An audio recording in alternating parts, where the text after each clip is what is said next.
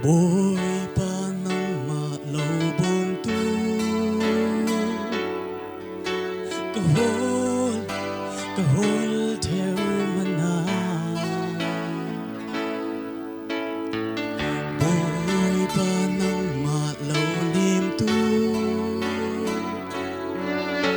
Kalam, kalam theo mana Ako'y insaw kay mabong nagaray Alay levan sa siyam tu boy pa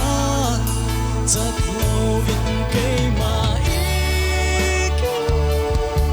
Suntana Ninuin Isyat swalaw di Rupa ng sungin iko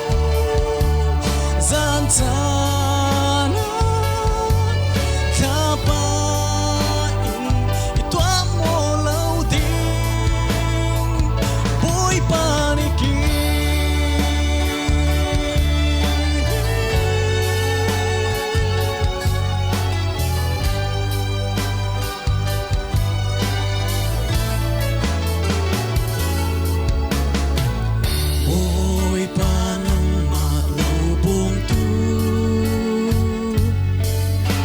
Kahol,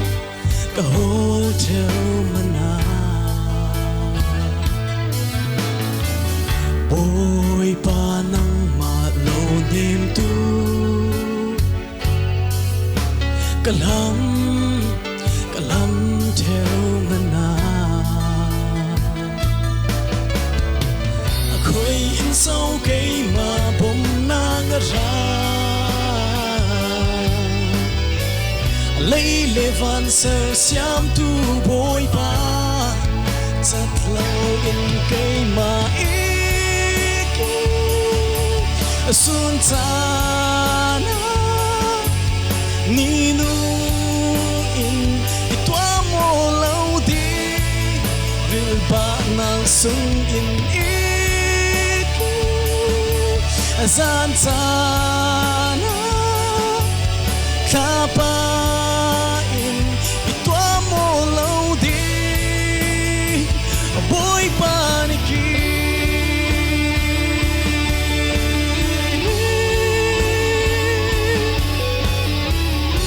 Ganun na Itakam siyang law Boy paniki